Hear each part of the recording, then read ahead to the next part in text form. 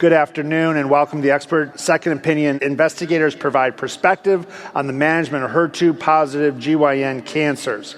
I'm Dave O'Malley and I'll be moderating today's session. And this is our faculty today. Dr. Joyce Liu from the Dana-Farber and Brian Slomovitz from Mount Sinai Medical Center in Miami. They're both my very good friends. We're going to refer to each other by our first names today in the conversation. Here's our relative disclosures. And as well as we have videos from other experts in the field bringing up cases that we'll also discuss. I'd like to thank our commercial support, a grant from AstraZeneca, as well as Daiichi Sankyo. Again, this is a CME activity and they had no influence on the content. And the RTP group has no conflicts of interest. Remember that we will be using non-FDA approved uses of agents, essentially the entire conversation today, but please refer to the prescribing within the FDA. So, let's get started. I think as we look here and we really look at the impact of HER2-positive GYN cancers, we really have an impact with the FDA accelerated approval in 3+ HER2 positive. But more and more trials are being conducted and the opportunities for us in the future are going to be great for our patients. We did something different this year. We actually asked other thought leaders, experts in our field, for questions about difficult cases that they've encountered. And so Dr. Love actually interviewed Dr. Jonathan Letterman from the University College London Cancer Institute, Dr. Angelos Alvarez-Segord from Duke, and Dr. Ursuline Matulonis, the chief at Dana-Farber. And the person Joyce calls the boss, right? Yeah. All right. So, it's always tough to answer questions from your boss, but we're going to do the best job we can. We have 3 separate modules. We will be done on time, right at 1:15. We're going to look at strategies to identify patients with HER2-positive GYN cancers. We're going to look at the available applications, data and applications, on that HER2-directed therapy by Dr. Slomovitz. And then I will follow up with identification and management of adverse. And in there, we're also going to have these vignettes to lead our discussion. So, without further ado, Dr. Joyce Liu, thank you.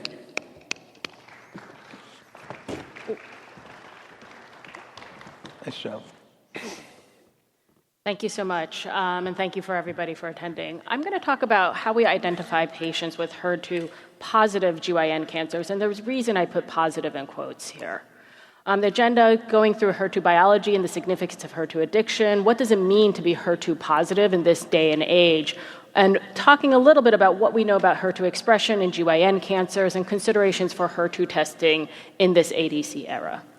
I'm going to start by talking about the biology of HER2 because this is really important for how we think about HER2 positivity. I think we're all very familiar with HER2 at this point. It's encoded by the gene ERBB2. That's a member of the EGFR family, and it doesn't have a known direct ligand. So signaling through HER2 is not mediated by ligand binding. Instead, HER2 activates through dimerization and cross-phosphorylation with the other EGFR family members, either because the presence of their ligands binding causing heterodimerization, or when there's enough receptor density on the cell, so a lot of high expression, HER2 will homodimerize with itself, cross-phosphorylate and signal, or it will heterodimerize with other EGFR family members. And so when we think about HER2 high expression, that's where HER2 signaling can mediate itself. So that leads to this idea of HER2 amplification. How do you get a lot of copies of HER2? Well, you have HER2 amplification and the concept of HER2 addiction. And why is that important? So if you think about HER2 non-amplified cancer cells, they might have some HER2 on the receptor surface, HER2 receptor on the surface. They might have a little bit of heterodimerization or homodimerization and a little bit of signaling, but they're not dependent upon this for their growth and signaling. They have other pathways that they're using to promote cell growth and survival. That's in contrast to a HER2 amplified cell, where because there's a lot of copies of HER2 on the surface, they have a lot of HER2-mediated signaling that's driving that those downstream signaling effects and promoting the cell growth, survival, and growth. So when we first started developing HER2-directed therapies, it was a HER2-directed monoclonal antibody, Trastuzumab, that was the first that really came into this space. And when it was used, you can have Trastuzumab in this HER2 non-amplified cell. Trastuzumab will bind to the HER2 on the surface of the cell, but it's not abrogating any significant cellular signal of growth and survival. So maybe it stops it a little bit, but the cell has other pathways by which it's mediating its growth and survival. That's in contrast to your HER2 amplified cancer cell, where now the Trastuzumab binding is breaking up those homodimers and those heterodimers that were helping promote growth and survival in the setting of HER2 amplification and high receptor density, and it abrogates all those cells. These cells are now really dependent on this pathway and are vulnerable to the effects of this. If you think about it this way, you would think, well, a drug like Trastuzumab is not going to be active in HER2 non-amplified tumors. And in fact, that was what was seen in breast cancer. This is data from over 20 years ago, where Trastuzumab monotherapy had limited or no activity at all in HER2 non-amplified breast cancer, both as a monoclonal antibody, as a monotherapy. And then when you added Trastuzumab to chemotherapy, there was no progression-free survival or overall survival benefit in these HER2 non-amplified breast cancers.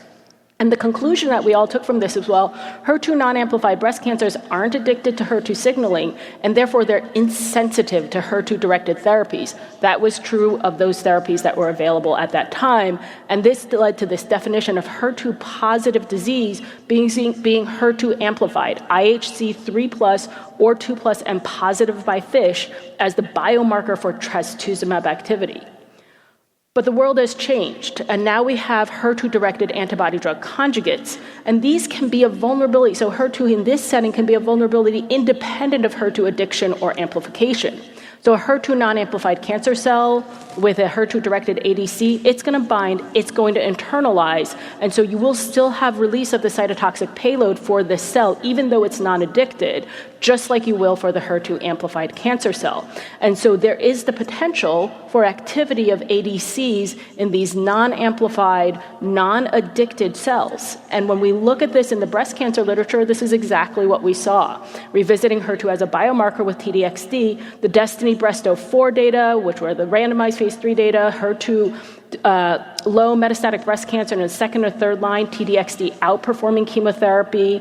In the DAISY trial, again, second line or more metastatic breast cancer, you can see these waterfall plots of significant activity in HER2 1+, 2+ tumors, and even in this IHC 0 class of what became known as HER2 ultra-low tumors. And then in the Destiny Breast 06 trial, first-line treatment of HER2-low metastatic breast cancer, you can see, again, TDXD outperforming the standard of care in that setting, including in the ultra-low tumors. So ADCs are leveraging HER2 as a delivery mechanism independent of biological HER2 dependency or addiction. How do we assess HER2 expression? Traditionally, it's by the ASCO-CAP guidelines, which has two components, IHC, and then in situ hybridization. And I think many of us have looked at in situ hybridization. There's two components to it. It's a probe that binds to HER2 and to CEP17, which is a centromeric marker on the chromosome. And what you're looking at is overall HER2 copies, and then what's the ratio of the HER2 copies to that centromeric sort of marker, because that lets you know, is this a focal amplification, or do you just have a lot of copies of chromosome 17 where HER2 is located? The definitions for this vary by different cancer types, and so you can see there's endometrial-specific criteria, there's the breast ASCO-CAP criteria, which have evolved over time, there's the gastric criteria, and you'll hear when people are talking about HER2 testing, they say IHC by gastric criteria. This is why. As you can see, these are not exactly the same. They have different cutoffs in terms of positivity, the endometrial-specific criteria, which are based upon the 2007, I believe, breast ASCO-CAP criteria, are greater than or equal to 30% for 3+, whereas the current breast and gastric guidelines are 10%. And they were used differently in the different trials. So the Amanda Nichols-Fader trial of carboplatin paclitaxel trastuzumab in newly diagnosed or first-line treatment of advanced and recurrent endometrial cancer used the 2007 ASCO-CAP breast criteria, which is similar to the endometrial-specific criteria. The currently ongoing Energy GY026 trial is using the 2018 ASCO-CAP breast criteria for its definition of HER2 positivity, and the Destiny Pan-Tumor-02 trial, which supports the use of TDXD, used the gastric criteria, but only the IHC component and did not include the in situ hybridization component. So these are things to be aware of as we talk about HER2 positivity. So in summary, HER2 positivity is context dependent. Historically, we said HER2 positive to refer to HER2 amplified tumors by IHC and ISH criteria, but sometimes now you'll hear it used interchangeably. I hear people use HER2 positive to mean HER2 2+ and 3+ positive by IHC expression, Destiny Pan-Tumor-02 data. I hear people say HER2 positive to mean IHC 3+ expression. Positive or negative can vary depending upon the definition, the context you're using it with. A tumor that is HER2 positive for Trastuzumab Deruxtecan by her Pan-Tumor-02 criteria might have been HER2 negative when you evaluated the patient as a candidate for first-line therapy with carboplatin, paclitaxel, and Trastuzumab. So when you're reading that pathology report, if it says positive, you have to ask where's that definition coming from? What about the expression of HER2 within GYN cancers? What do we know? Our data are still a little bit more limited. Most historical series in ovarian cancer don't distinguish between 0 and 1+ cancers. What we do see is that HER2 amplification is rare in high-grade serous ovarian cancer. That's probably about 5%. That's IHC 3+. And the highest levels of HER2 expression are in the mucinous and clear cell histologies. But as you can see from here, we do see a wide range of HER2 expression across the different ovarian cancer histologies. Similarly, in endometrial cancer, we think about HER2 amplification and expression rate as being the highest in the uterine serous and the carcinosarcomas and the P53 mutated cancers, but you can see that HER2 expression is seen across the histologies and the molecular subtypes, as you can see from that graph on the right-hand side. In cervical cancer, we have currently the least amount of data. There's limited data around sort of the prevalence in general. The overexpression seems to be about 4 to 12%. The highest rates are in certain histologic types, including HER2 amplification in gastric-type cervical cancer. So these are sort of where we are right now with the data. We have to continue to build our understanding of HER2 expression in the GYN cancers. What are our challenges as we're moving ahead? Well, different than breast cancer, GYN cancers have a lot of intratumoral heterogeneity when you look at the HER2 testing.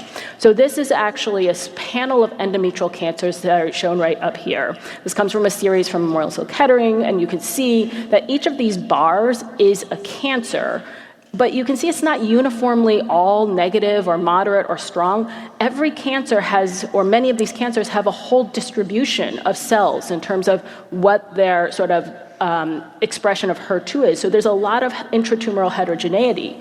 And this can come in different patterns. So there's cluster patterns where you can have part of the tumor that's all positive and part of the tumor that's negative, or a mosaic pattern where you can have a positive cell in a sea of negative cells. And you can imagine when you're thinking about an ADC and bystander effect that this might matter in terms of how well an ADC would work. There's also challenges in terms of intratest variability. This is data from the Destiny Breast 06 sample looking at HER2 low samples, but you can see here that in this area there's significant discordance between central testing and local testing for HER2 positivity, and we saw that also today in the presentation of the Trastuzumab Deruxtecan data, where we saw that there was discordance between the local and the central testing.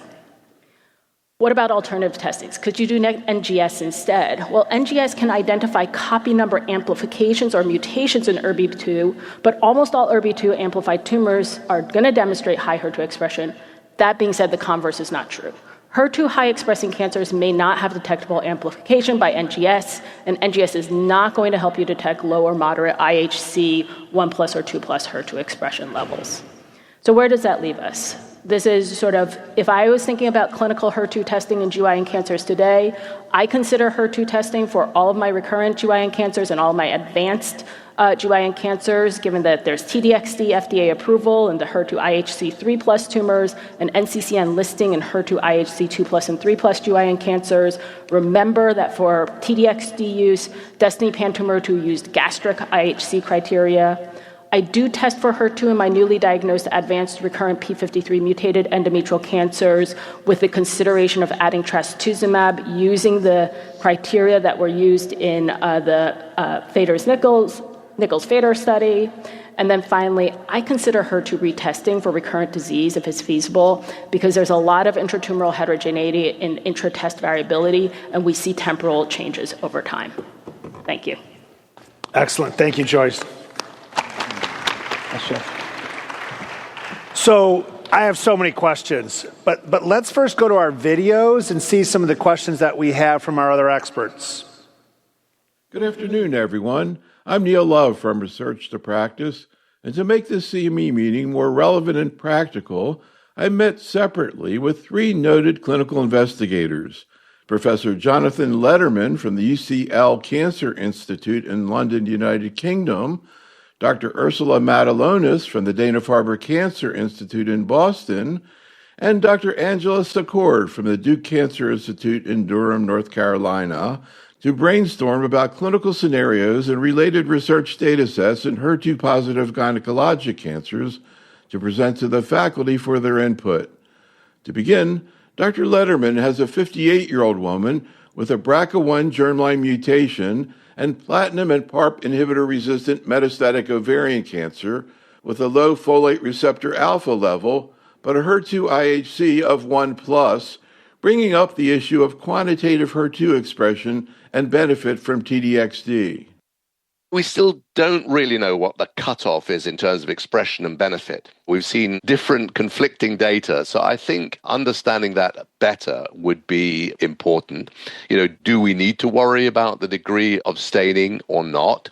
And, what is the best cutoff to use? I'm just wondering how often the panelists have seen ERBB2 mutations, and if they had a patient with a mutation, are there any specific tyrosine kinase inhibitors or other targeted therapies they would recommend? So great questions. So Joyce, the breast cancer literature we've learned so much from. And you said, what is positive, what is negative? And it really drives me nuts when I get that result back from the pathologist and they say negative. Don't tell me what negative is. I'm not even sure. Tell me what the scoring is on the HER2. So you put your synopsis up there, but what testing are you considering positive, and should we change our nomenclature so that we're all talking about the same thing? Yeah, so I think that this is, we work with our pathologists about this, but I think, first of all, we are in an age we shouldn't be calling it IHC positive and negative. We should have the IHC 0, 1+, 2+, 3+, and then we also need a notation. What criteria were you using to call that sort of 0, 1+, 2+, 3+, because the cutoffs are different. Right. And so that's what we ask for, and that's what we're doing at our center. So I was working with a breast oncologist, actually doing a similar session to this, and the breast oncologist, it was I was surprised, and they said, I just keep sending tissue until I get a positive result. You retest it, you said consider it, so what's your consideration? So I usually will retest if it's been some period of time, I have a recurrent cancer, and I'm trying to see, is TDXD something I should consider? Do I want to use a HER2-directed therapy? I will consider rebiopsying. I don't know about testing until positivity, although I know that some people will think about it. I think I use it to give myself information about, should I think about TDXD? Is it going to be beneficial? If they started at 2+, I might test again, because if it's IHC 0, maybe that patient is not going to benefit from TDXD in that second-line setting or third-line setting, and especially as we have more ADCs that come to sort of our availability, that may also continue to change how we think. But you showed us the breast cancer literature, that person still may get benefit, so I'm going to leave it there and not let you respond. Brian, all right, so you're going to tell us a lot about the ongoing phase 3 trials and some of the data that supported them. You work with a ton of community oncologists in the Miami area. What do you see as the real world? And what advice do you have on on practitioners with regards to testing and clinical trials?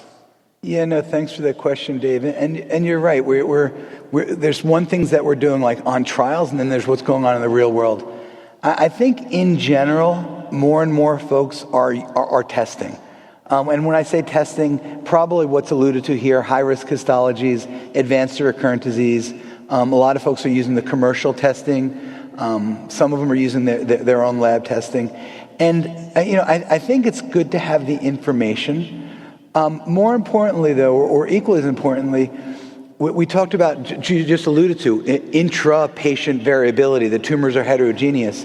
But there's a tremendous amount of inter-lab variability. If what we're getting as a 1+ or a 2+ in our local lab, we could send it in for a clinical trial and it could be 3+. That's a great point. So I think we really need to be careful there. I really like the data. I don't rebiopsy, but when I'm looking to see if a patient's eligible for Trastuzumab Deruxtecan, I'll start off at the testing in their endometrial biopsy, in their hysterectomy, maybe their recurrent biopsy. And if one of those positive, I want to get the patient the drug, so I'll use that one when I'm getting insurance. I'm not doing repeat biopsies, but I'm using all the results available. But that's interesting. If you send the primary tumor from the uterus, but they had a metastatic lesion, you may ask them to send that metastatic lesion to retest. We do it in our own institution, so it's easier to do that. But that's one of the things I'll do. I'll say, well, the metastatic lesion is driving, particularly on recurrence, obviously. So Joyce, on Jonathan's case, let's say there's a 2+. Now, my pathologists sometimes are sending fish without even me asking them to. Are you going to send fish on that? It was a 1+, but let's say it was a 2+. Yeah, so I think it depends upon context, right? Like 2+ fish with reflex testing is the sort of old age, tried and true way of saying this is a HER2 amplified tumor. I think that, when you're thinking about giving TDXD, you don't need to do that ISH reflex testing. But if you're looking and you're trying to understand, do I have an amplified tumor, then yes, that reflex testing with the ISH is going to tell you whether or not you have amplification. Right. Yeah, no, and that's great. I looked at it a lot more simply. For ADCs, we need the anchor. So the protein on the outside is enough. For the Trastuzumab, it's more of a functional assay, so we need to have the amplification to see if we interrupt the pathway, we'll get that response. But it's really the anchor of the ADCs. I don't test the fish in that setting. Right, so that's why I was saying it's context. If this was newly diagnosed, I would want to know whether or not there was. And we're saying the same. We're saying the same thing. I just a little simpler than I'm not as smart. So Brian, we're going to get into a little bit more of the data in GYN.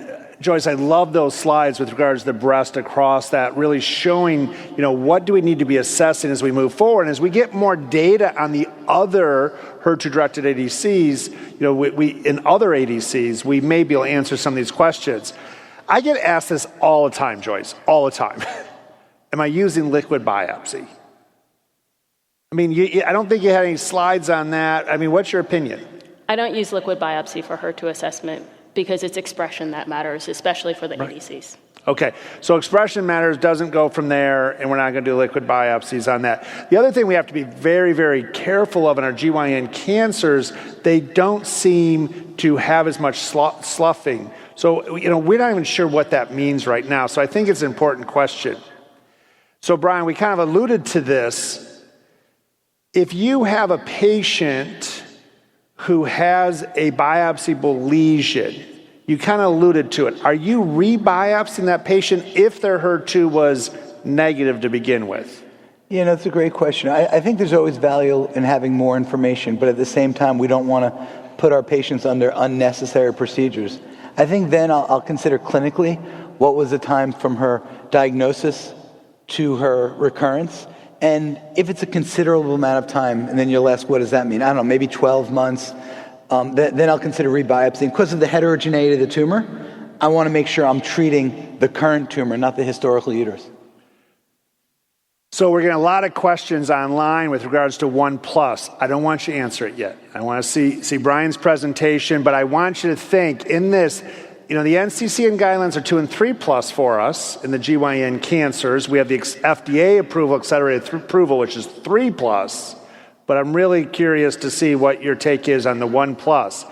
Angeles asked, how about some of the other TKIs? And the tucatinib trastuzumab data, which actually looked really good in triple-negative breast and gastric cancer, was very modest. We presented that at ESMO, and I don't think you have any slides on that.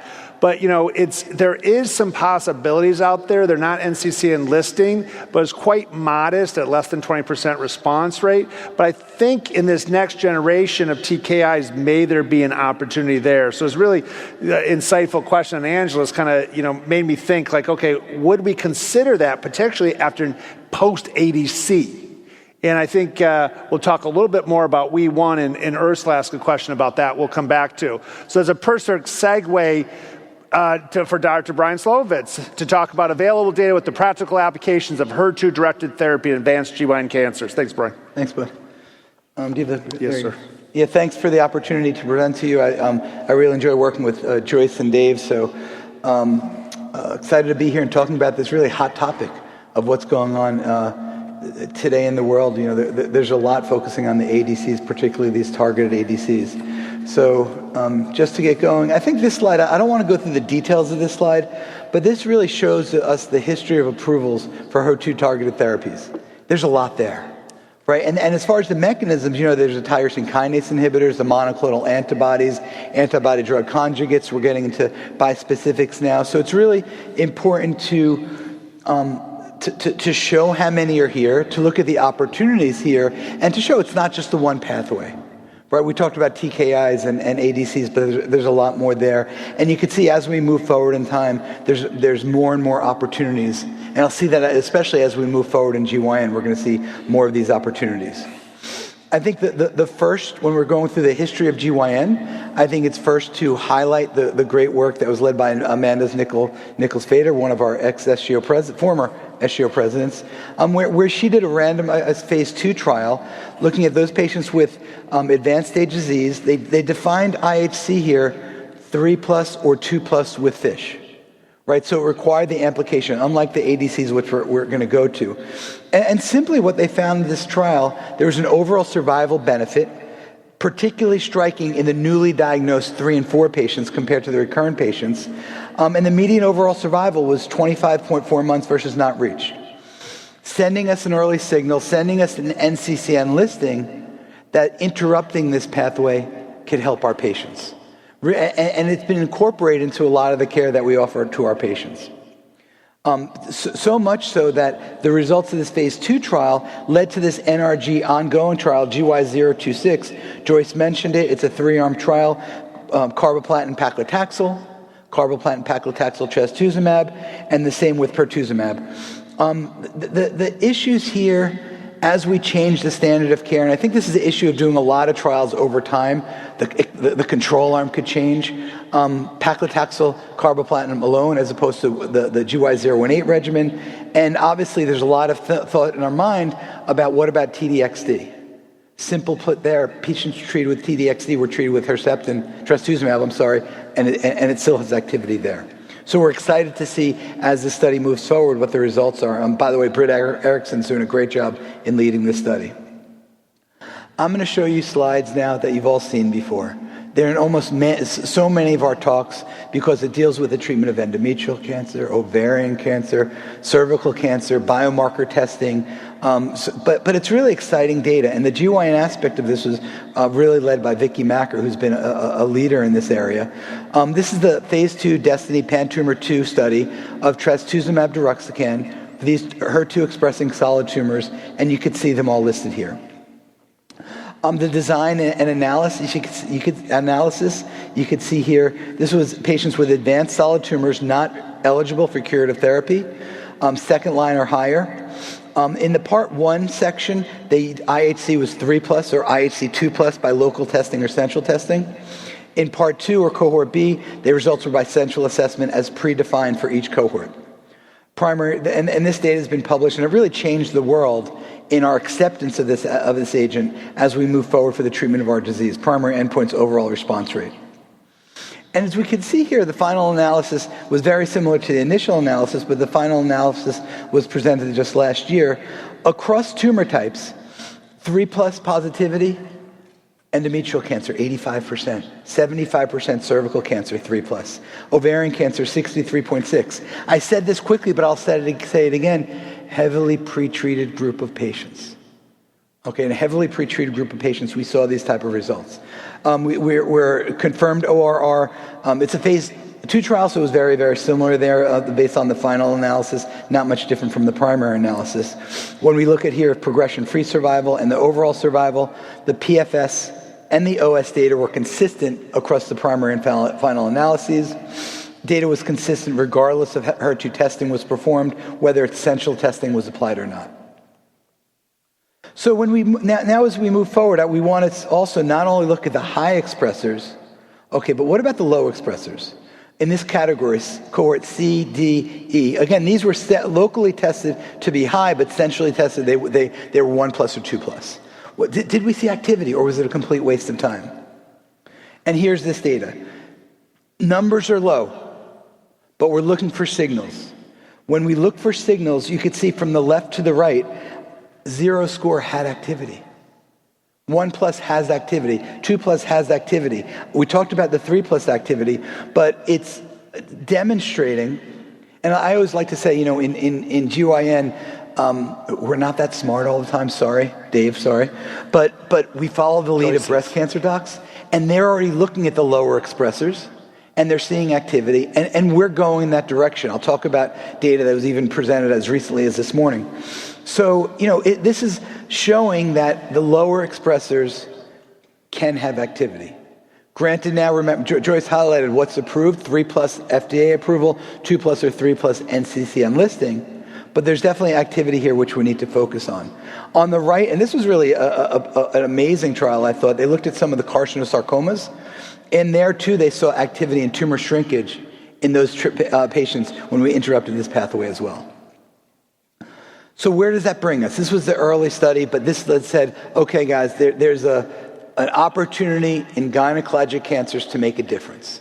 Here, this is the PMMR data across the 4 different studies, and here there's definitely an unmet need. It is a standard of care, chemo-IO, I'm not going to go against that, but there's definitely opportunities here to fill an unmet need and coming up with better opportunities for our patients in the first line.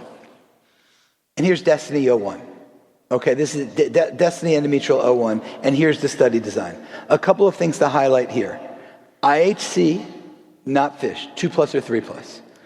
It's an opportunity to get rid of carboplatin paclitaxel in the first line. So this is a treatment trial. There's another first-line trial that's ongoing, which we're not going to get into. A good approach to the maintenance setting, but here we're trying to see if we can get rid of carboplatin paclitaxel. The control arm is arm C, carboplatin paclitaxel pembrolizumab. The 2 experimental arms, Trastuzumab, Deruxtecan, and pembrolizumab. In addition, we're testing a new bispecific anti-PD-L1, anti-TIGIT, Rilvi, I call it, with Trastuzumab, Deruxtecan in arm A. Primary endpoint here is progression-free survival. Secondary endpoints are listed. We're capping the 2+ patients. But imagine this, if this is positive, it's a superiority trial. We're bringing patients in. We're giving patients a better therapy in the first line. But imagine here if we're push carboplatin paclitaxel to a second-line treatment. We're always thinking about sequential management. That's a pretty strong second-line agent that they haven't received. So we're really excited about this. It's a biomarker-directed first-line trial. We're excited about biomarkers as we move forward. In my role in the GOG as the uterine cancer lead, we're sort of navigating all these trials that we're going through. But biomarker specific, it's really exciting to see what was going on. Then in everything we do, okay, it works in the second line. Now we're moving TDXC to first line. Let's see at the same time, maybe there's an opportunity here to move into the adjuvant setting. We know that the first time we treat patients is the best time to make a difference. We did Keynote B21. You all remember those results. Adjuvant trial, carboplatin paclitaxel, plus minus pembrolizumab. Summary, it was a negative trial. So the standard of care still in the adjuvant setting is carboplatin and paclitaxel, but we need to see if we can make a difference in this setting. And what that did, and there's a great opportunity here, is an adjuvant trial, Destiny Endometrial 02. What this is looking at the 2+ or 3+ patients, again, biomarker directed, treating patients with, in the adjuvant setting, 1-to-1 randomization, carboplatin and paclitaxel versus Trastuzumab Deruxtecan. The Trastuzumab Deruxtecan duration is 12 months, carboplatin and paclitaxel 6 months. But again, if this is a positive trial, maybe we're moving the ADC into the adjuvant setting, and then will be the argument of ADC after ADC and payload after payload. Not enough time to talk about that today. In the ovarian cancer space, we're investigating Trastuzumab Deruxtecan. Here's the prospective randomized phase 3 trial. Patients with HER2 expression, 1+, 2+, or 3+. Okay, they needed to have high-grade ovarian, fallopian tuber, primary endometrial cancer, non-progressive disease after completion of frontline therapy. Patients are randomized here to TDXD with bevacizumab versus bevacizumab alone. And we want to see if we can incorporate TDXD into the maintenance setting for these patients. Again, different disease from endometrial, exciting opportunity. Let's see if we can make a difference. No prospective studies yet in cervical cancer, but again, in our clinic, we're treating them. Remember, cervical cancer patients, albeit less percentage, there's an opportunity there. Give a lot of credit to our colleague, Dr. Bhavna Pathuri. She presented some of this data this morning on BNT323 or DB1303. This is previous data that was presented actually by another close colleague, Dr. Katie Moore, looking at the HER2 expressors from 1+ to 2+ to 3+ or ISH positive. And what they found here was among all the participants, the unconfirmed overall response rate was 59%, 23.5% confirmed, 35.3% pending confirmation. Unconfirmed response rate is 61.5%. Probably a class effect here, not just the TDXD, but here's another one, Trastuzumab Deruxtecan, which has anti-tumor activity. And as mentioned, Bob presented really great data this morning. It's the press release, but the response rates across 1+, 2+, 3+ low expressors was in the mid-40s to high 40 percentile. Last but not least, this is a third prospective randomized trial. This is the FERN ECO1 BNT323 in the recurrent setting, second line, but addressing the low expressors. 2+, 3+, NCCN listing 3+ FDA. But here we're including the lower expressors to see if we could really exploit that population to give them better treatment options. I talked about Bhavna's data, and that's available if you look online, and there's a press release out there as well. Tomorrow, Vicky's going to present some additional data for pre-treated patients. That's embargoed up to this point. And I'm excited to move forward from there. Thanks, Dave. Excellent. Great job, Brian. Thank you. All right, man. All right, it's getting fun now, right? I mean, my mind's, imagine that. I have a flight of ideas for those who know me. So let's hear from Ursula on this. She has a really, really interesting case and have discussion. The next case is presented by Dr. Matalonis. This is a 64-year-old patient of mine who has advanced metastatic serous carcinoma of the endometrium. Her HER2 is IHC3+, treated with carboplatin, paclitaxel, trastuzumab initially. And about 2 years later, developed progression with peritoneal disease, and then started Trastuzumab Deruxtecan in September of 2024, and really has had a terrific response. She continued on TDXD for about 10 months, and then eventually did have progression of cancer. So my question to the esteemed panel would be, now that she has had progression, what would you treat her with? I'd also love to hear from the panel what other really interesting and unique options for therapies are available for endometrial serous cancer. Love to hear from Dr. Liu about the use of WEE1 inhibitors.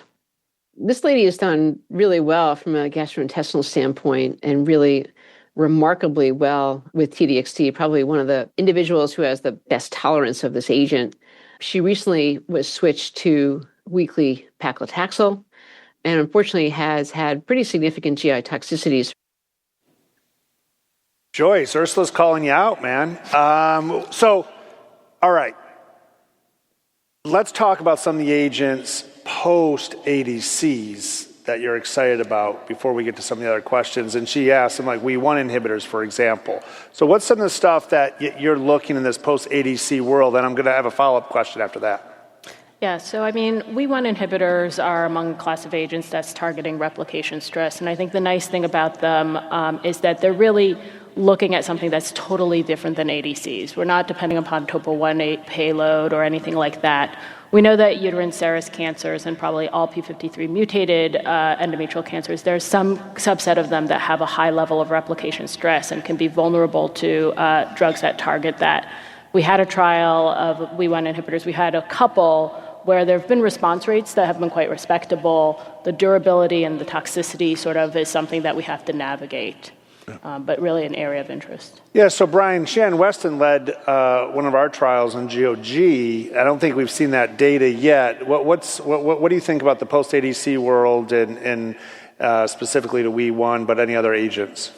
Yeah, no, thanks for the question. And one thing I just want to touch base on this case, which some people may be thinking, we can't forget about IOs. She hadn't had an IO yet, so lenvatinib pembrolizumab is still an option for this patient. Great option, yep. But so we can't forget about the value, if not in the first line, later on with an OS benefit in Vicky Macker's 775 trial. We did do a trial, to your point, with WEE1 inhibitor with it's a Zentalis asset. We're excited about those results. The interesting thing is what demonstrated a complete need is how quickly that trial accrued. There's definitely, the trial accrued at record pace for us where we got the patients on because there's an unmet need to treat patients post-platinum, post-IO, post-ADC. So we need to. The bevacizumab data from 86P is really strong, so that's another opportunity. GOG historically did a single agent bevacizumab data that's strong, weekly Taxol strong, but we need to have further opportunities there. All right. Joyce, we're getting killed online here. We're getting a lot of comments online. There's 2 HER2-directed TKIs that are recently approved for breast cancer. You know, we talked about the tucatinib trastuzumab data. I mean, would you, in a patient who you know HER2 positive, would you go with an off-label use? Let's say she is not eligible for clinical trial. I know it's a tough question, it's not on the board, but we're getting it online. Yeah, I mean, I think to Brian's point, though, I do want to point out for this patient is IO naive. Like, I would go to Len-Pem first. I would look at that as standard of care. I don't think that's a question. What I think. So well before going off label, let's make sure we utilize the agents that are on label and that we have prospective phase 3 data on. Yes. Yes. All right. Go, please. Sorry for interrupting.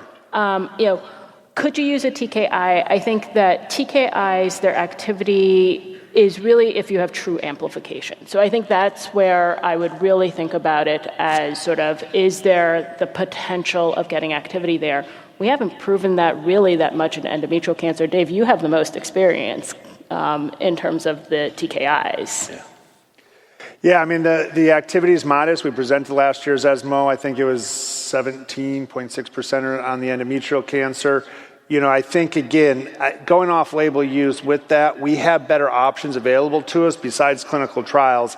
I really try not to do that unless there's an extreme example. Yeah. So, Brian, you know, I get this all the time, especially in referrals, where we haven't tested the protein, the IHC, but we sent NGS and ERB2 came up. Yep. So, I mean, do you then send for IHC? Do you just use that ERB2? What's the difference between the amplification or amplified versus expression in the IHC? Yeah, no, as we know, a lot of those are amplified are going to be IHC positive. I like to get the IHC because we also know that there's varying responses based on varying expression. So it gives us a little bit of an idea of where we're starting from, especially if I'm between 2 therapies, 3+, I think it's a no-brainer going with a therapy. So I think it's always good to have that good information. Yes, we're getting it on the NGS, but I still get the IHC. All right, you guys may disagree on this, but the second question here, all right? You have a HER2 positive endometrial cancer. You decided, let's actually before that. I think this is one of the hardest decisions we make. Joyce, you alluded to this, which is you check, you get a HER2 IHC, you do reflex, they're fish. So let's say GY26 is closed. What are you doing in clinical practice with regards to that HER2 positive patient? Are you using IO or using trastuzumab with your carboplatin paclitaxel backbone in a, let's say, stage 4 serous cancer of the uterus? So not the question there, but you have that. Yeah. You've moved to a different question. Oh, I was so confused. I was like, you're like, the second question. So I changed it up. I'm like on boards here, all right? All right, this is fun. These are the two smartest people I know, so we're getting that. Two of the smartest people. All right, what do we, so you get a 2+, positive fish, you have an endometrial cancer patient, stage 4 disease. Are you using carboplatin paclitaxel IO, or are you using carboplatin paclitaxel trastuzumab? In the first line. First line. Yeah. Sorry, go ahead, bye-bye. You go first, please. I was say, I am using carboplatin paclitaxel trastuzumab because I can come back with IO with LenPem.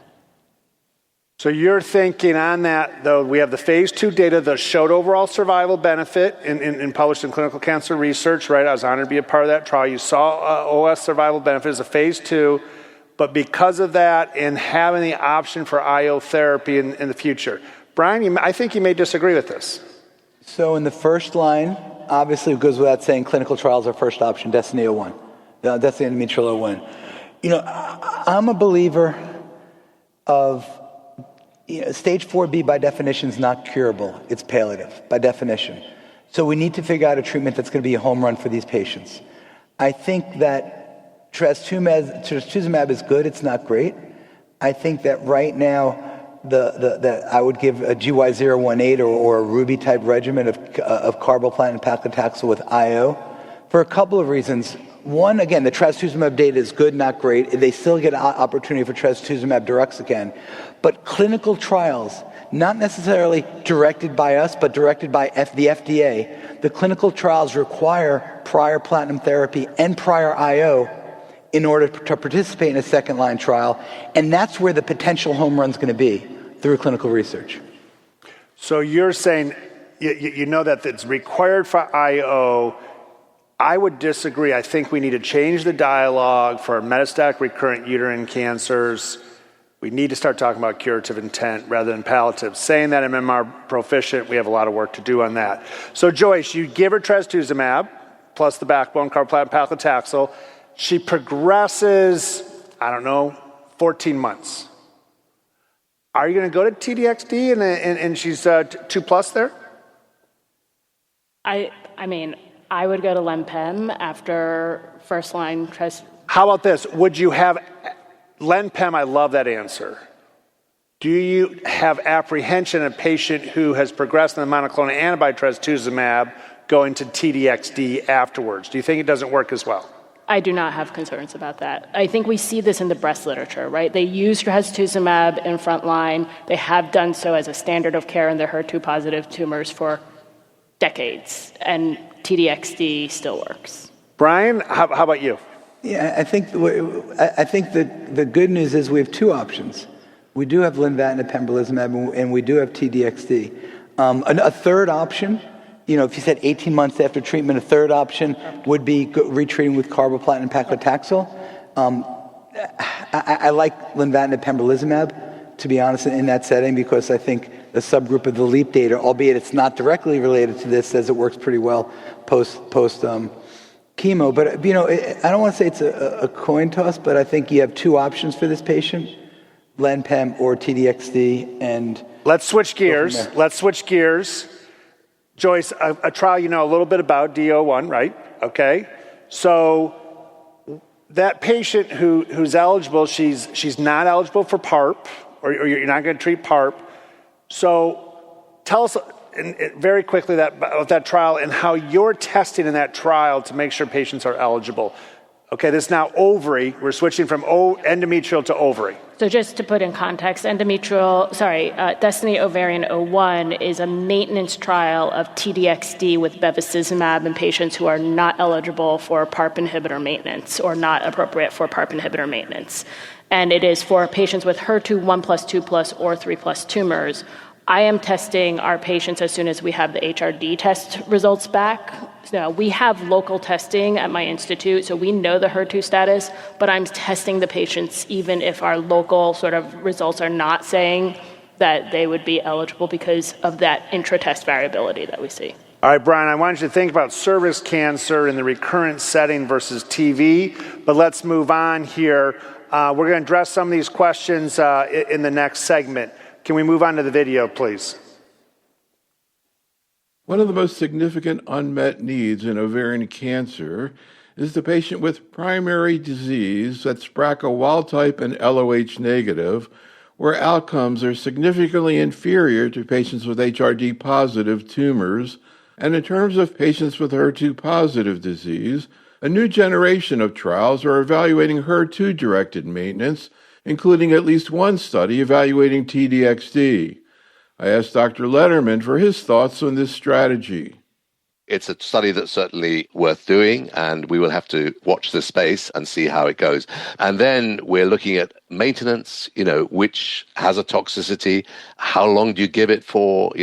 These are all big questions that we really don't know the answer to, which of course will come out in these maintenance studies that are now being done. Any comments about how the gynecologic oncology world is coming up to speed on TDXD? This is uncharted territory for gyne-oncology, medical oncologists. We could learn a lot from our breast cancer colleagues. And I think, the first people I would go to actually are the breast cancer doctors and just tell me your experience of TDXD, because they've got such a greater number of patients.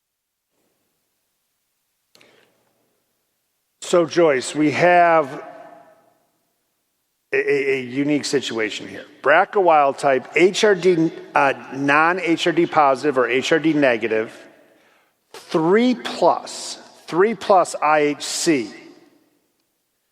Would you consider, first line, HER2 therapy in this space, and how excited are you about the current ongoing trials? I think we addressed that. Obviously, you're excited leading that trial, right? But, how would you address this patient? Would you put her on trial? I would totally put this patient on that trial, yes. So, yeah. In that case, we don't have trastuzumab because it's an ovary, it's not endometrial, right? Kind of slam dunk. Brian, if TDXD would become available, again, ovary, we're ovary now, right? Mm-hmm. How long would you use it? And then, Joyce, I want to tell you I want you in clinical practice, and I want you to answer what the clinical trial shows. It plans for. No, and I think your question is asking how long to use it in the maintenance setting. In the maintenance setting, thank you. And that's the magic question. We don't know. And we're talking about ovary, but we looked at this at endometrial, and Destiny Endometrial 02, which is the adjuvant trial. How long do you keep it for?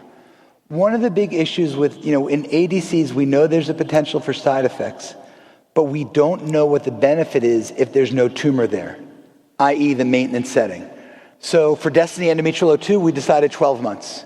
Was there a lot of science going into it? It was sort of supported by the breast literature, but beyond that, we're not sure, and we're still not sure. Same thing for ovary. How long should we keep it on for? We're going to have to see. I think it needs to be there longer than just for with the 6 cycles of chemo, but I think I don't think it's going to be indefinitely. I think it's going to be a limit, and we'll have to see. And maybe that's where ctDNA comes in. Maybe we're going to be able to use that to determine how long maintenance should be. It cracked me up. Early on, I was at a round table, and one of the people moderating the round table said, well, compared to chemotherapy, these are chemos. Yep. They're smarter, they're more directed, but they are chemo. So we have to keep that in mind. Joyce, how did you address that in your trial? So Destiny Ovarian 01 has 2 years of TDXD maintenance, and that's with the knowledge and everything that we said, that we don't know how long is the right amount of time. And I think that we're going to have to learn this through experience. I think we've seen this with PARP inhibitors. We have a trial now looking at 1 versus 2 years of maintenance PARP in the frontline setting, the Energy GY036 trial. These are the questions that are really important as we come to maintenance. And I think in time, with regards to tolerance, also looking when our toxicities are kicking in, and then what are our events rates? I really do believe we're in a new era where we're going to start talking about curative intent for advanced metastatic disease, even biomarker negative, like MMR proficiency, like HRD, not HRD positive or HRD negative. Brian, you have taught me so much about trying to sequence clinical trials. The access to these drugs, getting tomorrow's therapies today, are through clinical research. Yep.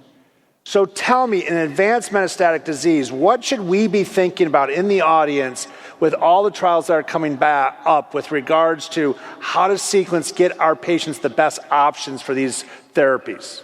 Yeah, no, that's a great question. So advanced metastatic disease in the first line setting, we want to use a clinical trial that the patients, number one, are eligible for. If it's biomarker directed, they need to have the biomarker.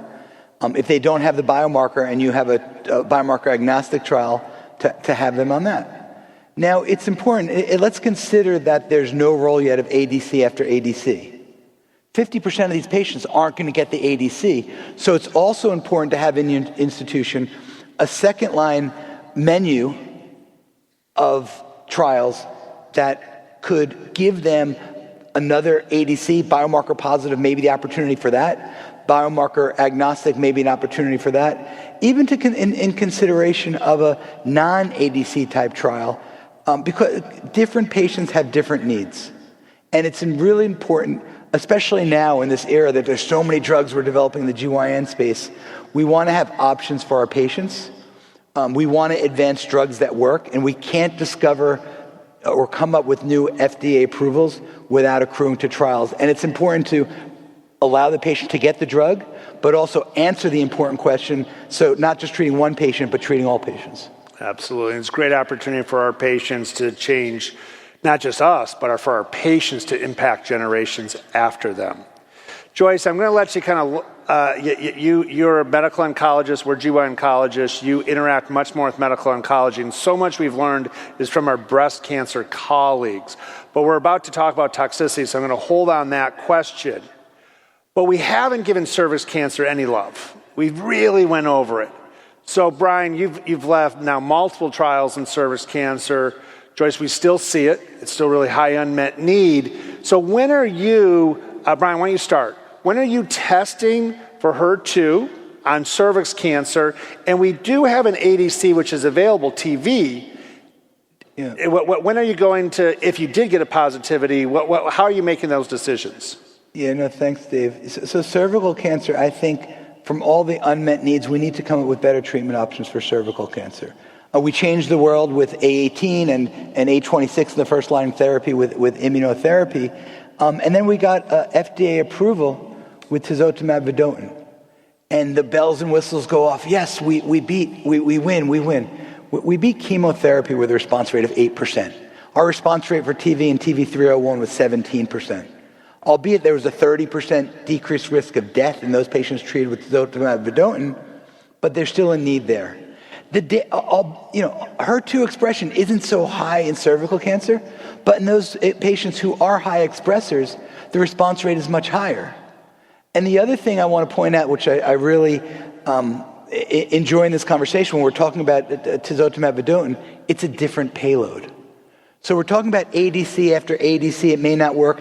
I think the conversation is going to turn into more payload after the same payload may not work, but if you're changing the kill, the chemotherapy, as you said, there may be the opportunity there. That's a long answer. Short answer, if it's HER2 2+ or 3+, I would do that first, followed by TV. Now I'm excited, but I can't. Neil just texted me. I know I got to answer the question when Dr. Love texted me. So we're going to switch cervix cancer. Joyce, everybody, to include Dr. Love, is saying, what are you doing with 1+ across GYN cancers? What are we doing with 1+ across GYN cancers? Yeah, just right? what? Okay, let's. So you have a patient who's diagnosed with breast cancer. The patient's diagnosed with breast cancer this year. She's not eligible for clinical trial. She is struggling with, she doesn't want to lose her hair. She has already had PARP inhibitor, already had Bev, and you test her and she's 1+. Would you talk to her about TDXD in that recurrent platinum-resistant setting? So, full disclosure, if I can get access to it and I don't have other options, I have. But I think it's really important when we talk about activity of TDXD or activity, we saw it this morning, of Trastuzumab Deruxtecan in HER2 1+ tumors, is that there's activity. It's not as much as it is in HER2 3+ tumors. And one of the things that if you look at the PanTumor02 data and you look at the progression-free survival, right, 3+ is great. Not 3+ is not as great. And, I think that we love these drugs, but I think we have to be really thoughtful about when are we benefiting. And as more ADCs come to the market that are going to have different biomarkers, different targets, there may be better targets than HER2 for across our different GYN cancers. Well, what's interesting, Brian showed this data, and you really, gave us the background with the breast cancer. And when they first came out in the 2 and 3+ NCCN, that's before Vicky had presented that data, I literally sat down with my 7th grader and said, help me with this algebra. It's been a while. And I was like, what are 0, 1+? 0, 1+, 2+ are all the same. So I think 3+ is clearly differentiated. Very small numbers. We have to get a lot more data. But in a patient who's not eligible for clinical trial or they have other, I will absolutely consider it for 1+. Definitely. All right, let's switch gears a little bit. And, we talked about, with regards to identification and management of adverse events of TDXD, and I was asked really to speak to TDXD. Brian alluded to some of the other data we saw this morning, but let's concentrate on TDXD because there's been a lot of evolving data on the toxicities. We're going to look at those toxicities, spend a little time on GI myelosuppression, but really talk about some of the new data coming out with pneumonitis and retreatment. So this is now the report with regards to TDXD across the DESTINY trials. And you see, obviously, we still have fatigue, ILD overall response in the third column, about 14%, okay? Nausea and vomiting, even seeing grade 2s and 3s there.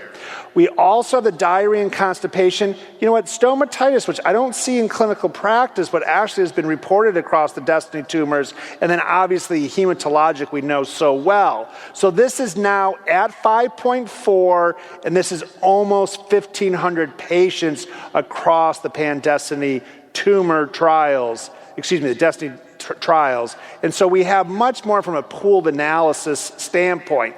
This is specifically PanTumor02, which we've all seen, where we saw dose reductions about 20%, okay? Dose reduction about 20%, interruptions about the same, but discontinuations were about 9%. We're going to talk much more about the ILD, so I'm not going to take too much time on that. Now, Topo-1 payloads are highly hematologic causing. Remember our basics sometimes. Sometimes we forget the basics, right? ASCO guidelines about for moderate risk febrile neutropenia, and consider if it's strongly. Age greater than 65, about half of my patients. Poor performance status, I send those to Brian. Poor nutritional status, poor renal, liver, cardiovascular disease, HIV, and then on the left, in recent infections, reading bottom to top, infections, pre-existing neutropenia, and previous chemotherapy at advanced stage. Basically, every one of our patients are eligible for prophylactic growth factor support. Strongly consider that in those patients. And when we really look at this and across 22,000 patients with TDXD, all grades were about 40%. Grade 3, based on just the breast cancer literature, is about 20%. And remember to hold until resolve. If it is grade 2, if it continues, dose reduce. I'm honored to work at this facility. We just opened up our second hospital, which now makes us, I believe, the second largest cancer hospital in the world. Now, cardiopulmonary. Actually, Ursula asked a question about the cardiac that we're going to come back to. But in the label, we still are expected to get echo or MUGAs. You know, it's in the... We don't do this in clinical practice, but baseline tropes are recommended. I shouldn't say we do this. I don't think about this. This is actually part of our oral set, as well as an EKG. And we're looking at this, making sure that we're paying attention to the basic parameters from that standpoint. And if you see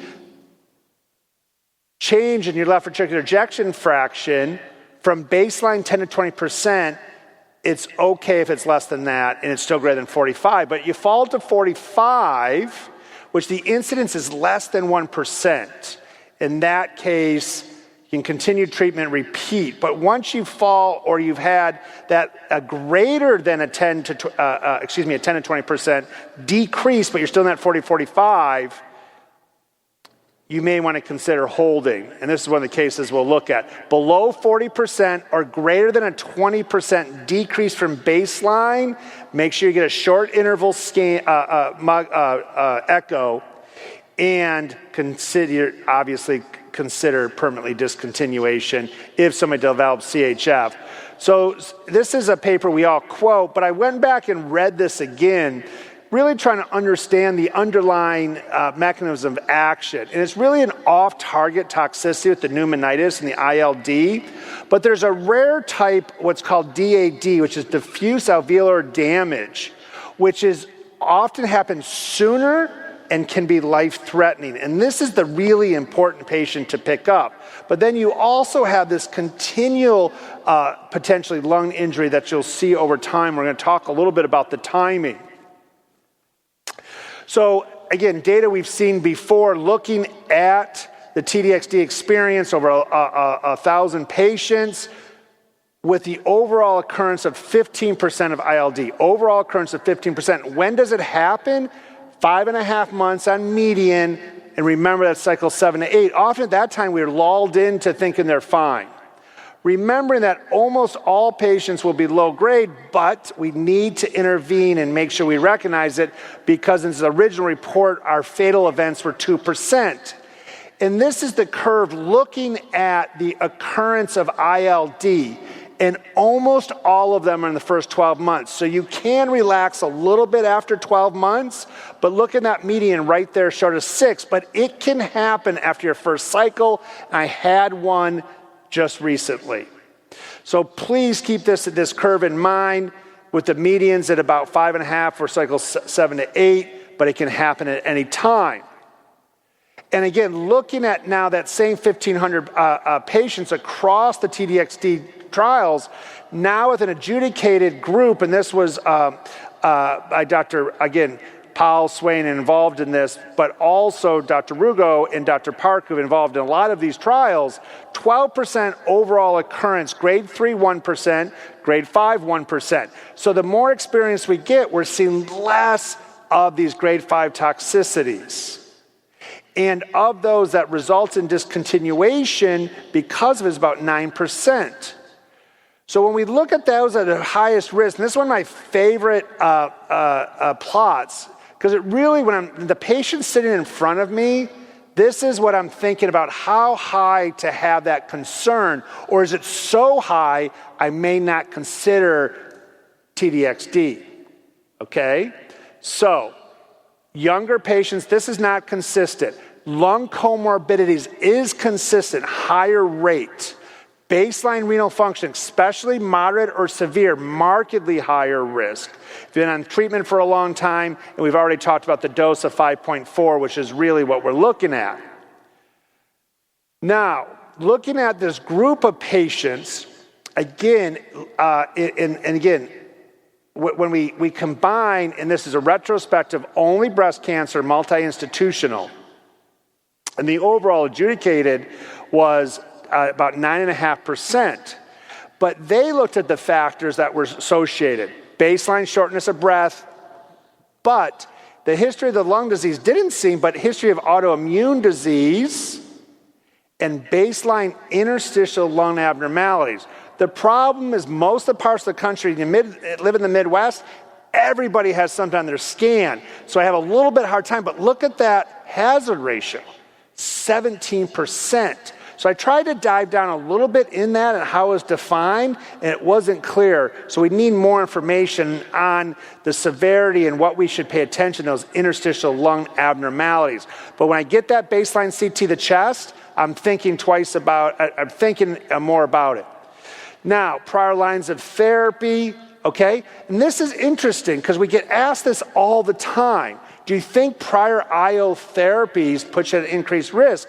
And based on their retrospective analysis, it may, and even those in a shorter interval, I'm not sure there's any difference between those at less than 6 months or within 3 months. But you do see some increase if you are in juxtaposition to the immune therapy, meaning a higher rate the sooner the immune therapy was, the more recent. So when we looked at multivariate predictors, again, these interstitial lung abnormalities on multivariate, HER2 was protective. I'm not sure why that is, with the off-target effect. And then patients who had poor lung disease to begin with. So what in my mind is consistent? Underlying lung disease, either based on CAT scan or history, renal dysfunction. The prior IO, I'm still not convinced of, long treatment history and older age, which again, you saw that younger age was actually a higher risk in one of the trials. We've all seen this. We should know this like the back of our hand right now. We need to get CAT scans. We should interrupt if we see or are concerned about interstitial lung disease. Get more information. Don't be afraid to start steroids. And in grade 2, permanently discontinue. This is what our current algorithm looks like. But I presented this last year. What has changed? What has changed is that we have patients who are getting amazing responses, and yet they're asking us, can I restart this, right? I want to, grade 3 or 4, get them in the hospital, take care of them, make sure you get multidisciplinary approach. Don't even consider with regards to retreatment. I would argue grade 2 you shouldn't reconsider, but I'm going to call and talk out of both sides of my mouth, and you'll see that in a few minutes. Two recent publications, both in the last year. One look at the pooled analysis based on the TDXD experience. One look at a multi-institutional patients who are retreated after grade 1 and even grade 2. So on the left, there's 45 patients retreated grade 1, and on the right, 44 patients, and we're going to go through each one of these. Of the 45 that were retreated, you see that actually 2/3 of them had the same dose, and I would argue that it should have been dose reduced. And then the number of patients who were then received a second occurrence. So in those, and you can see right here, all right, 15 of the 45 had recurrence of their ILD, so 1/3. So 1/3 recurred. Almost all of those were grade 1, they were all grade 1 or 2, none were grade 3. So again, the recognition is so important. So those that showed complete resolution seemed to do a little bit better. And how about the multi-institution?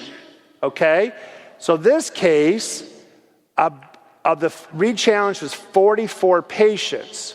And we look at those that had a recurrence from the original, that they were treated with steroids and the duration of steroids. After re-challenge, 12 patients, so 27%, pretty consistent, 1/3 of the patients had recurrence of their disease. And with regards to that, a little bit different, this is a little because the multi-institution wasn't as clean, but it's very similar across those. Now in this retrospective report, one had grade 3 that had recurrence, all the others were grade 1 and 2. It gives me a little confidence with regards there. They did report on 19 patients with grade 2. They were able to maintain that. Of those 19 patients, 3 developed recurrent. 1 of these were grade 4, 1 of these were grade 3. So our recommendation is don't go outside of guideline therapy. There's limited data. I think when you have a patient without other options, this is a conversation that you can have, but I can't justify at this time treating.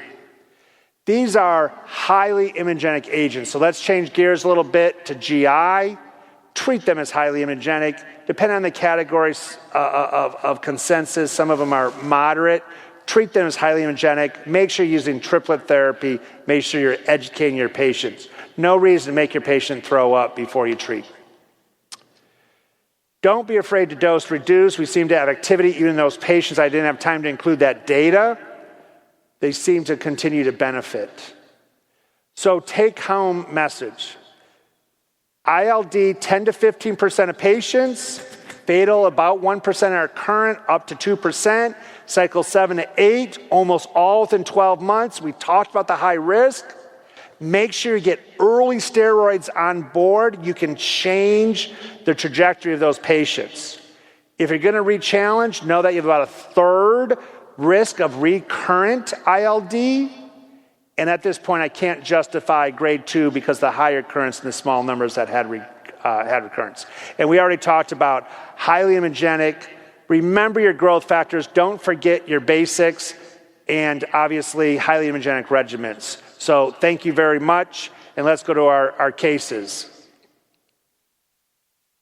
Dr. Secours told me about a 66-year-old woman with stage 2 carcinosarcoma of the uterus treated with surgery followed by paclitaxel carboplatin and then whole pelvic radiation and vaginal cuff brachytherapy.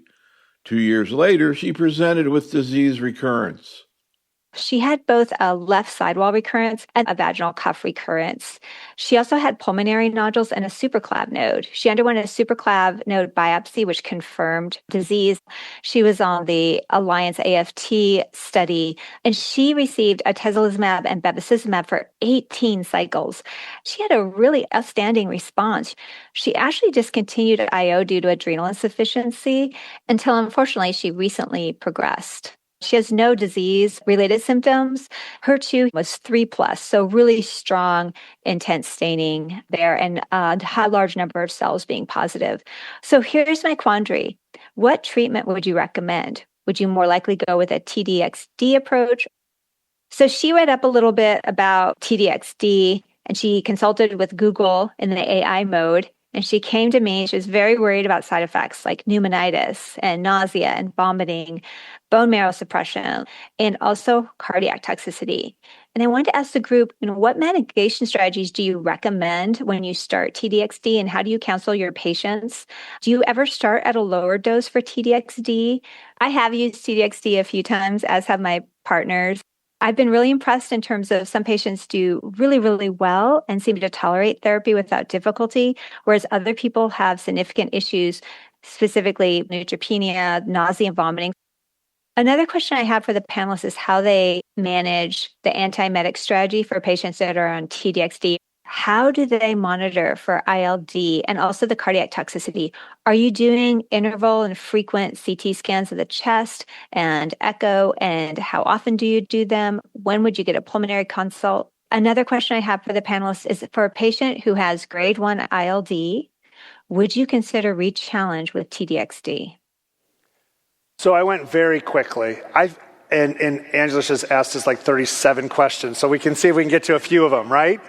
So very, very quickly, I believe strongly no greater than 9-week interval in this consensus, most of the consensus guidelines say that 9-week interval on CT the chest while somebody's on TDXD.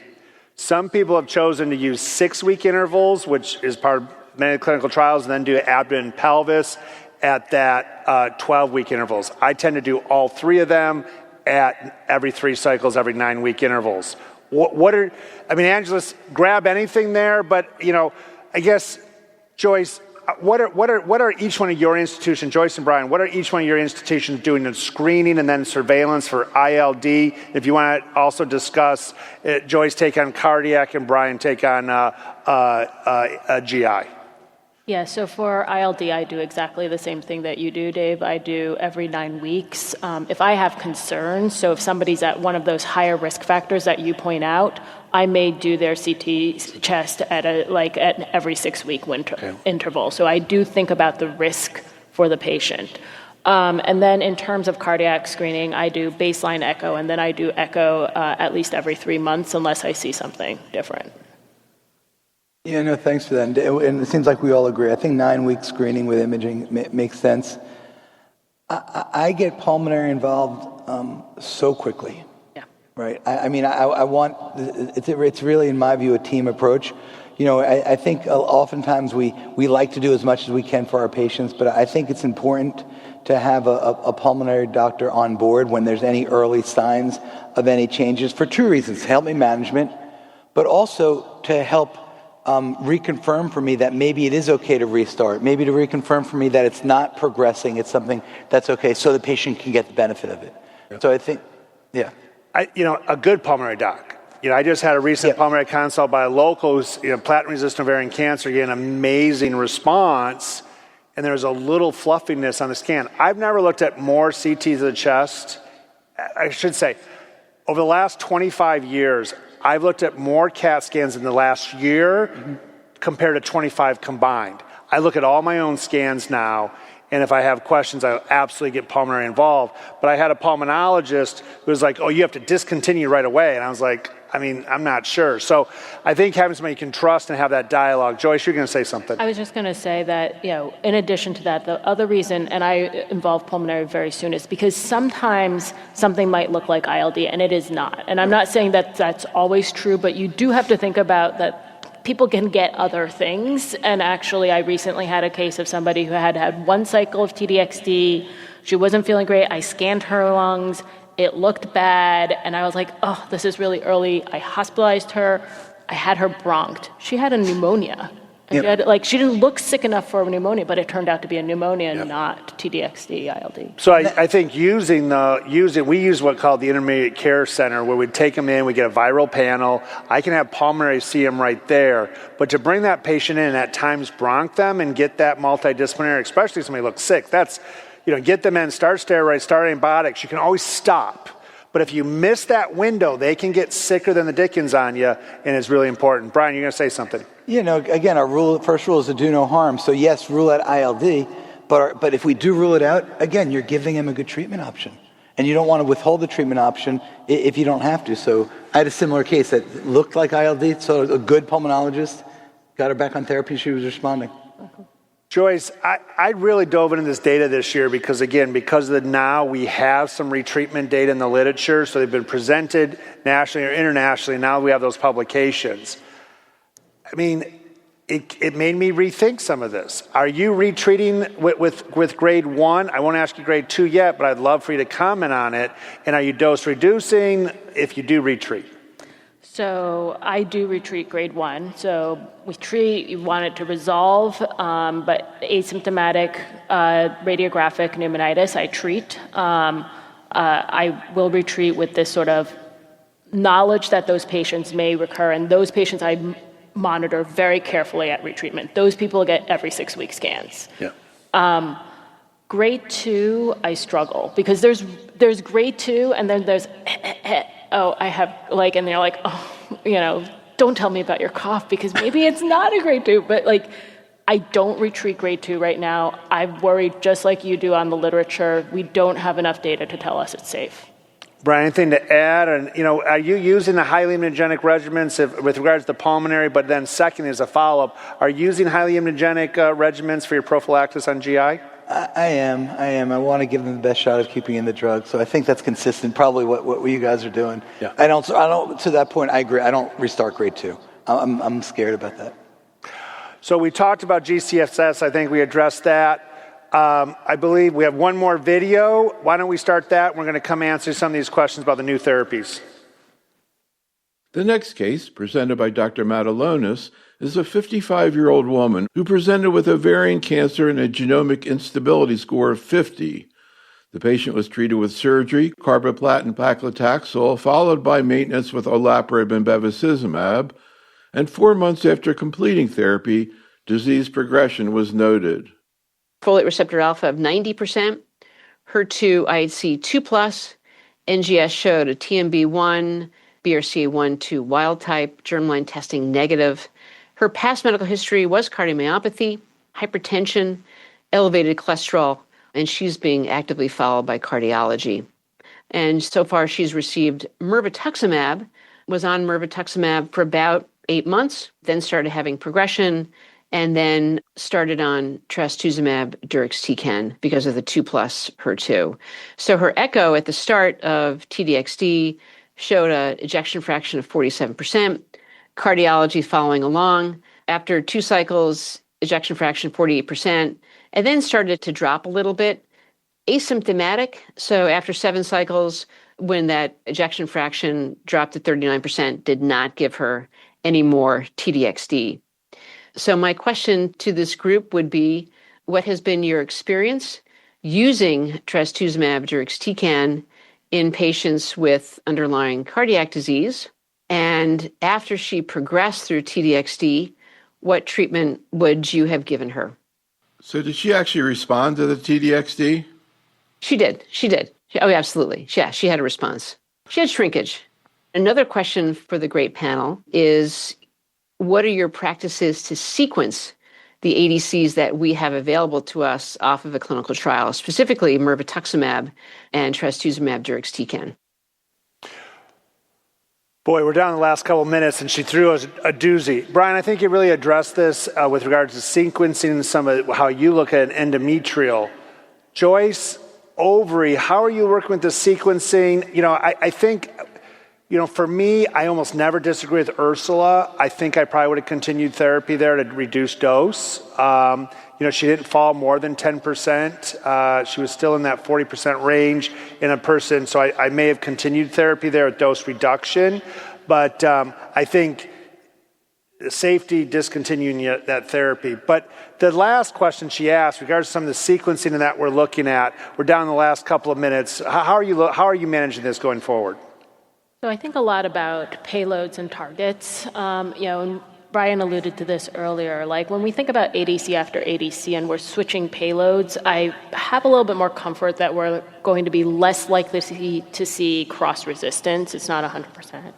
I think it's also true that even if you have the same target, we are starting to see emerging data, and we see this in breast cancer with HER2, that you can come with 2 ADCs with the same target and different payloads, and they have sequential activity. Yeah. Where I think we don't know the answer is when we come in with a topo-1 payload ADC and then a second topo-1 ADC, are we going to see attenuated activity of that second topo-1 ADC from what we would expect? And that's going to make it really important, if that's true, that when we think about what topo-1 ADC are we going to reach for in our patients, this isn't just ovary, this is across all of our GYN cancer patients, that we're choosing whichever one based upon the biology of that cancer, maybe its expression of its target, that is going to be the most active one. So what I'm hearing, I'm going to paraphrase here, you have concerns about topo-1 payload, same payload or similar payload, after similar payload, even if it has a different target. Yes. Different payloads with a different target, not as much concern. How about different payloads, same target? Different payload, same target. I also feel like we're starting to see we're seeing emerging data that is potentially going to have sequential activity. Brian, any last thoughts? Yeah, no, I agree completely. I mean, I think she alluded to, MIRV or TDXD. I like starting with mirvetuximab. It's a demonstrated, proven overall survival advantage, and then still have TDXD available. I promise you 2:15. It's exactly 2:15. Thank you so much for your attention. Thank you, Joyce, Brian. Wonderful discussion. Thank you to those, our thought leaders, Second Opinion. Thank you very much.